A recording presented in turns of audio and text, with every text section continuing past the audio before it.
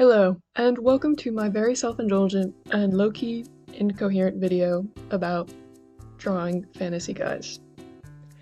So I've had this little set of fantasy characters stuck in my head for a long time, and they just keep on beaming back into my brain. And I've been working on a lot of stuff recently, and I just don't have room for them right now. My brain feels like it's about to explode already. So I'm just making this video so I have somewhere to put them, and maybe when I have a bit more creative bandwidth, I'll come and ship them out of the amber. I'm also making this because I feel like a lot of the stuff on YouTube about fantasy writing is just a wee bit boring to me personally. Like everybody's like, good fantasy is when you meticulously map out the irrigation around the setting of your story. And bad fantasy is when you don't do that. And I'm like, good fantasy is when you draw a cool elf guy with a sword and you're like, sick! That cool elf guy has a sword! I don't know. The goal with this fantasy stuff is to be cool and make fun characters. Maybe not to be that grounded. A little bit grounded. Not too grounded though. Make some room for like whimsy, okay? Make some room for whimsy, guys. Okay, I started out with May because out of all the characters I've drawn her the most. I know this is supposed to be like a design video, but her concept to me is pretty simple. She's the new reincarnation of an old god that most people have forgotten about, and she's on the big deal pantheon of gods on a technicality. In this world, gods are physical beings, sort of treated like royalty. So she's kind of based off the girl prince trope, but instead embodying the positive parts of being a prince, like chivalry and bravery. She instead embodies the worst parts, so she's a bit of a stupid coward. But she's also terrified of being perceived as a stupid coward, so she overcompensates with like a big personality that most people can see right through because she's stupid. I don't know about you, but I love characters who are like dumb, like their big personality trait is that they're dumb. I feel like a lot of the times male characters kind of get this treatment, like they're like dumb but we'll all love them, in a way that like female characters like don't get treated the same way. So I'm always trying to make like stupid girl characters because I think girls should be allowed to be stupid and liked too. Okay, this is going to be a little bit humiliating to admit, but I already told you at the beginning of this video. Very self-indulgent, incoherent, me playing with my toys. She is primarily based off Revolver Ocelot from Metal Gear Solid 3. I, like many others, am weirdly obsessed with this game. Couldn't tell you why, it's not that good. But like, you know when you see a character, and you just wish there was more of them? That's honestly a big reason why I made her. I don't know why we don't acknowledge him as like one of the best characters in fiction. Like, he is talked about a lot, but not enough for me. Like, if I could project anything onto my grave after I die, it would be one of those videos of like a normie guy like carefully recreating his like dumb revolver routine. Like, the amount of people I've made watch like one of those dumb YouTube videos. Like, truly, it's a not insignificant amount of people I've forced to watch those. And they don't enjoy it, but I'm gonna keep doing it. I like to draw her kind of lanky and skinny to exaggerate her personality. She's thin, but in every comic I've ever drawn her in, she kind of takes up the whole panel. So I usually kind of draw her in form-fitting clothes so you can see her physicality a bit better. Luckily, I feel like medieval European men's clothes seem to support that. They're usually pretty tight, especially like princely regal ones. I also usually draw her with a lot of beige, pearly colors. There have been times in the past when I sort of panicked about it being too close to like that modern beige mom trend thing that everybody makes fun of.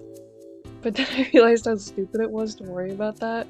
Like, I don't think my incredibly niche, self-indulgent, high fantasy character is going for the same look for the same reason as a 21st century suburbanite mom. I'm also a little afraid to admit this, but Titan Buff might be like top 3 favorite colors. Like, go look up Titan Buff right now and go to the image tab.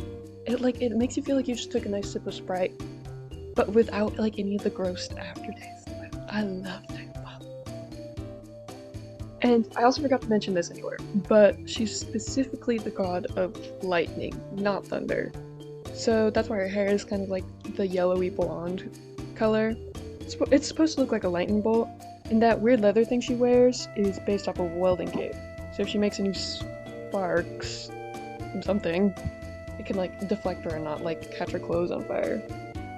And also I'm aware her spurs like don't make much sense, like I don't know why they're that long. But I do have some books on arms and armor, and a lot of the time, knights do have spurs that are like weirdly long. And on that note, I love spurs. I think they look so cool. And a lot of like fantasy or medieval people have spurs because they're riding horses all the time. Like if you're drawing a knight character, toss some spurs on there. It will make it look so much cooler. And I am like aware that like spurs are like kind of evil and unethical. Like you're stabbing your horse in the side every time you want it to go faster.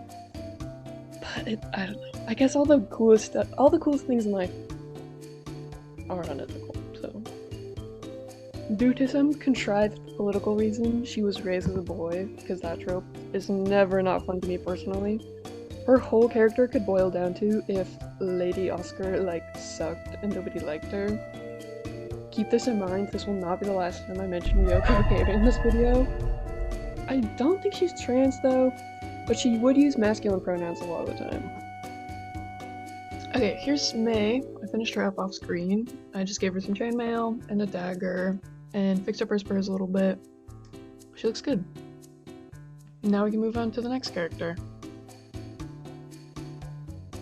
Anna is one of those characters I've also doodled a lot, although I've always struggled to draw her, so she seems a little static compared to May in a lot of ways.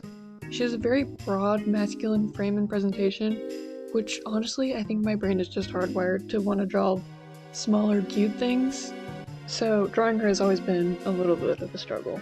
But that's why it's important to practice, because you can't just draw My Little Pony fan art all the time. In my head she's from Fantasy Poland.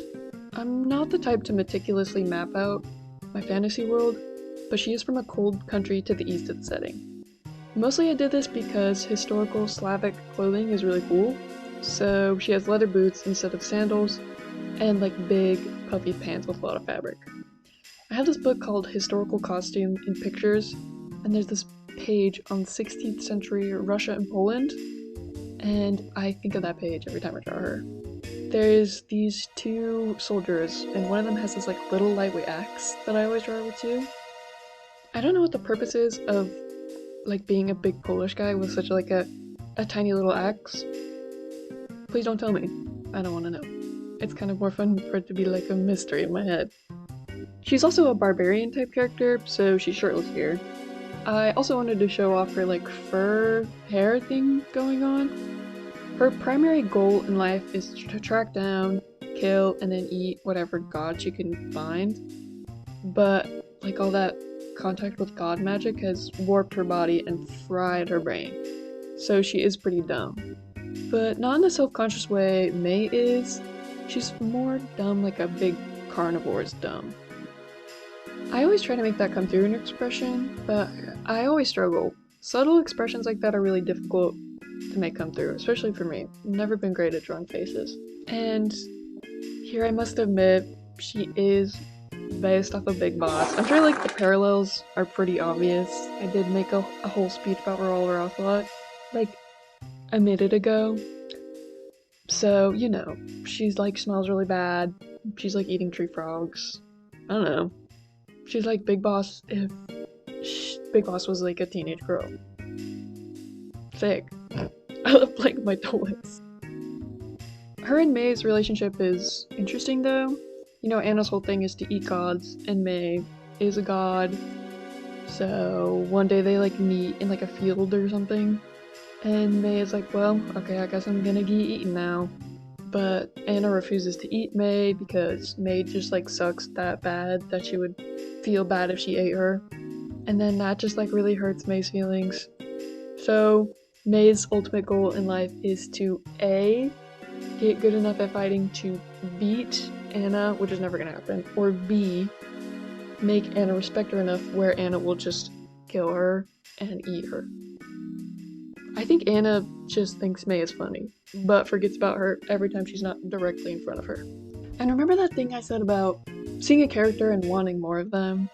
I also kind of made May and Anna's relationship really reflective of these two from Dear Brother.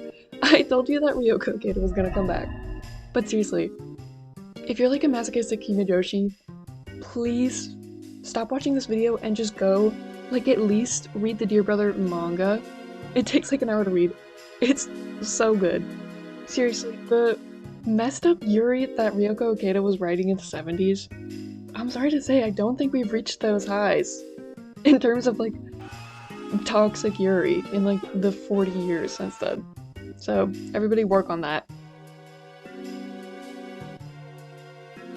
Alright, here's Anna all finished up. I drew an alternate version with long hair because of all the like weird god energy she's around, her hair grows really fast. And also the mask, but I like this mask concept, but I'm struggling to make it look good. I'll do some revisions on that. I feel like I used to hear the phrase chainmail bikini thrown around a lot, and I know most of the time people were saying it in like a bad way. You know, people were using it to point out how women were sexualized in fantasy settings compared to men, and I think that should be pointed out. But the unfortunate truth of the matter is, like, who doesn't like the image of like a chainmail bikini though? Like, this is so fun. And I know I was just talking about like historical clothing and like specific like historical styles, but I just need you to know I'm not putting those in here because I like care about historical accuracy. I'm putting those in there because I think they're cute. And the fact of the matter is, this is also very cute, so I'm also putting it in here. Like 9 out of 10 times when men are put in charge of like making art with women in them, they do a bad job. But sometimes misogyny does produce very cute outfits. Most of the time it doesn't, and it is our responsibility to go back in and, you know, take those cute outfits out and preserve them, because sometimes, well, I don't think the patriarchy is worth it, but what you gotta salvage what you can. I'm saying chainmail bikini, like not specifically a chainmail bikini, but like the concept of a bikini in like a high fantasy setting I just think is so funny. Like, look at this girl. Like, this isn't even, like, there's no attempt at making this high fantasy. It's just a normal bikini. Like, that is so fun. This also just might be a case of me having really basic nerd tastes and just wanting to draw like a hot Frank Frazetta girl. Okay, so this design is literally just like, I want to draw a hot Frank Frazetta girl. You should also go draw like a hot Frank Frazetta girl. Like, nothing feels better in life. Pause this video and go do that instead. In terms of lore though, at one point in time this character was an average peasant girl, but then she got infected with a parasitic worm, and the worm ate her brain and like replaced all of her internal organs. So this girl's really just a worm. It's called Bug Doll, and it's a lot closer to like a force of nature than an individual person, but usually it's pretty nice. It kind of intends on helping humanity because it wants like a healthy and prosperous host, and it's totally mute and doesn't really have any personality traits, and I really like it. Okay, here's Bug Doll all finished up. Out of all of these drawings, I'm the most nervous about this one because it is just like a pretty much naked girl just staring directly at the camera, and that is very hard to draw and make it look right. So if the anatomy's off a little bit, please don't say anything. It will hurt my feelings because I tried very hard. I changed the color of her bikini because it literally is just this girl from Fire and Ice. Like, it's just this girl from Fire and Ice. I didn't do that on purpose. I guess this like periwinkle bikini was like stuck in my like brain tissue and I just didn't notice. For your information, I actually stole this bikini from Mihoshi from Tenchi Muyo. Any Mihoshi fans? Mihoshi fans, rise. Mihoshi Nation, rise. Despite all this god pantheon nonsense, Christianity does exist in this world. Think Link having a cross on his shield in early Zelda game concept art, or, I don't know, manual art. I wasn't raised Catholic, and I know Catholicism usually ends up bad for everybody involved, but if there's like a nun or a priest character introduced in a book or movie, they're usually my favorite. I don't know what that's about. It's probably the direct result of me not being raised Catholic. This character's a nun, so, you know, she's very tortured and guilty and Catholic. I already really like the way a nun habit looks. Unfortunately, another great piece of character design at the hands of the patriarchy. This character has been about 80% designed in my head for actual years, but I can't quite nail it down, and it makes me, like, physically angry to think about. I won't lie to you. I want her to be monochromatic, just because I think that's really striking. And traditionally, nuns are usually gray or black, but if her outfit was black, I feel like it would just make her look like a weird ninja. I think white would work really well, but she is called the Lost Nun, so you can kind of infer that she's wandering around in the dirt and medieval, like, poop grime streets all the time. So that really bugs me to think about. Like, how's her all white habit, like, perfectly white all the time? I think maybe red could work, like a cardinal, or maybe like a kind of light blue, or maybe gray. I don't know. In the end, I just went with white. I think the solution is she'll switch it out later on in the story, and I think I'll just make the dirt thing, like, diegetic, and all the characters are, like, making fun of her for having to maintain an all-white outfit. I think she's a very standard nun backstory, like she was surrendered to a convent as a youngish child, but she was selected to be intentionally infected with a very similar worm to what the bug doll has. This worm, like, makes you really strong and good at fighting. So there's like a class of nuns who are infected with this worm. But the worm also, like, wrecks your brain and makes you kind of wild and crazy, like Bug Doll. So what the church does is it gives all of these nuns drugs to keep their brain intact. But since the worm isn't allowed to fully take over their body, it kind of, like, destroys your body. So these nuns usually die in their early 20s. But, you know, it's like a Catholic church, so it, like, reassures all the nuns that they have, like, they go to heaven or whatever. Unfortunately for this particular nun, she was sort of attacked by a demon who showed her visions of no afterlife, and it kind of, you know, made her spiral. So she kind of just, like, left the church to find a cure, which doesn't exist. So her two choices are to either accept death or let the worm fully take her brain. And the worm can probably, like, break through and make her go crazy at any point, so that is what the helmet is for. It's permanently welded shut around her head, and if you think, wow, I bet that rusts and is really uncomfortable and probably smells bad, you would be right. It's horrific to live with. And bro, this fucking helmet, I've, like, redesigned it, like, 10,000 times.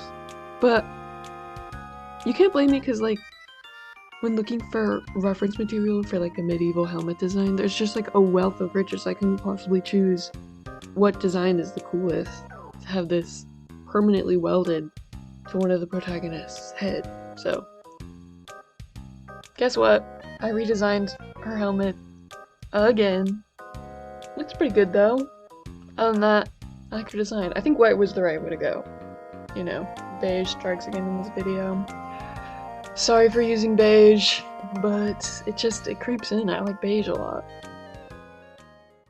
At this point in the video, you may think I have a bit of a bias for girl characters. And this is true, I do have a bias for girl characters. This may also lead you to believe that I'm not very good at writing male characters. And this is also true. I'm really not as good.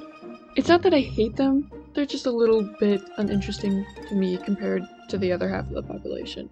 This makes it incredibly agonizing when I pick up a show or an anime and the girl characters are clearly the more interesting, unique characters, but because they're women, the author just doesn't give them the depth or consideration that they deserve. You know, everything that they do is kind of in response to what the male characters are doing, and everything they do is kind of trivial and unimportant. I don't think you need me to explain misogynistic writing to you. I'm sure you already grasped that, but, you know, I'm a very big believer in stating the obvious. I all think we could benefit from stating the obvious just a little bit more. So that's the role I'm putting this character into. He's just a little unimportant compared to the rest of the cast. I still do like him though. I imagine he has the personality of like a cartoon villain. The whole joke with him is that he thinks he's just a little bit more clever than he actually is. And he definitely is clever. He's more clever than most of the cast. But his tricks always backfire on him. For example, as the eldest son of a wealthy merchant, he was supposed to inherit his father's wealth until he found out he's a bastard child. Not only a bastard child, but a bastard changeling child, like a full-on changeling. His family finds out about the illegitimate part, but not the changeling part. But at this point, he's already starting to show signs of not being human. So to avoid dying, he lies and tells everybody he's actually a bastard demigod, which isn't too uncommon in this world.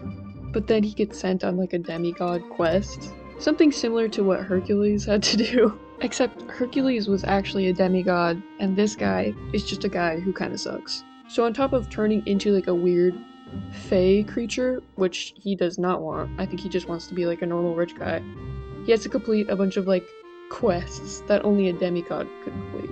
Design-wise, he's kind of just a guy. His family is slightly more wealthy, so he has fairly nice clothes. Okay, here's the finished changeling. I'm not gonna lie, this is probably the more boring section of this video. His whole thing is that he does not want to be perceived as like a weird fairy creature, so he tries his best to just look like a normal human guy, and that's a little bit boring to look at. Sucks to suck. Okay, here's the final guy. He's kind of just if a guy was a dog. He's the changeling's like sidekick. Remember that thing I said about the changeling's tricks always backfiring on him? Well, the guard dog is a result of that. In like the ancient times, he was appointed by a god to watch a sacred flock of sheep, which he did for like centuries. He's really, really old, but he's also like, I don't know, weird and magical because the god made him weird and magical because he could. But, you know, times change and all the sheep are killed, and he kind of went crazy because he really liked those sheep, and he turned into like a big crazy demon. So the changeling tamed him, and by that I mean the changeling just agreed to be his friend. All the guard dog really wants is to guard something or someone. But the changeling kind of hates the guard dog. I think he's a cat person, and also the guard dog is just kind of annoying sometimes. But I don't think the changeling will ever get rid of the guard dog because the changeling sucks and kind of needs it. So I want his design to kind of call back to when everybody was just really naked in fantasy. I know I'm really stuck on that idea. It's like kind of embarrassing to, I don't know, culture just used to be so much more different. I think that's very interesting to think about. So, you know, he has like a whorish outfit. Cause bro, they had whorish outfits back then. Like, we kind of low-key need to bring this back. Like, if the newest Game of Thrones show had all the main characters in like little bobs and like loincloths, like leather thonged loincloths, maybe I'd watch, because that sounds a little bit interesting. More than leather armor and perfect beach waves in a world that doesn't have conditioner. I'm a big believer that in order to defeat misogyny, it's not objectifying women less, it's objectifying men more. So, you know, I'm doing my part by drawing this naked man, even though I'm not as good at drawing naked men as I am with the other ones. So if it looks bad, just know I tried my best. It's not for lack of trying. I also gave him a dog head, just because I think that's a little bit more memorable. And honestly, I like drawing animal faces more than I like drawing human faces. Maybe that says something about me. He does have the ability to turn into like a big cool dog. By the way, that seems important, didn't mention that. He can only do it at night, so he does spend like most of the time as a dog. Not much to this guy, honestly. He's kind of just like if a Horishman were a dog. Most of the time. What's not to love? Okay, I think that's everybody. The way I'm gonna present them for this final part is like their characters in like an old video game, and this is an old video game manual. I'm not gonna lie, I did struggle with this. Graphic design is not my strong suit. It's way harder than you would think it is. I'm doing a video game manual because if they were gonna be anything, they'd be video game characters. There's no fucking way I'm writing a novel or anything, or even a comic book. I think I would probably die. But man, I really do want to make a video game. Unfortunately, like every other artist, I'm like horrifically dyslexic and dyscalculic. So every time I've ever sat down to write code, it just like falls apart in my hands immediately. So someday when I finally figure out how to code, or somebody takes pity on me and helps me code something, this could totally be like a little dungeon crawler. Like these are definitely the characters in your party. And maybe like a fear and hunger situation, or you know, something like that. Also, shout out to my mom for editing all these character bios. Shout out Mindy. Thank you! My grammar? Not the best. Anyway, I think that's everything. Thanks for watching and listening to my incoherent ramblings about fantasy. Bye!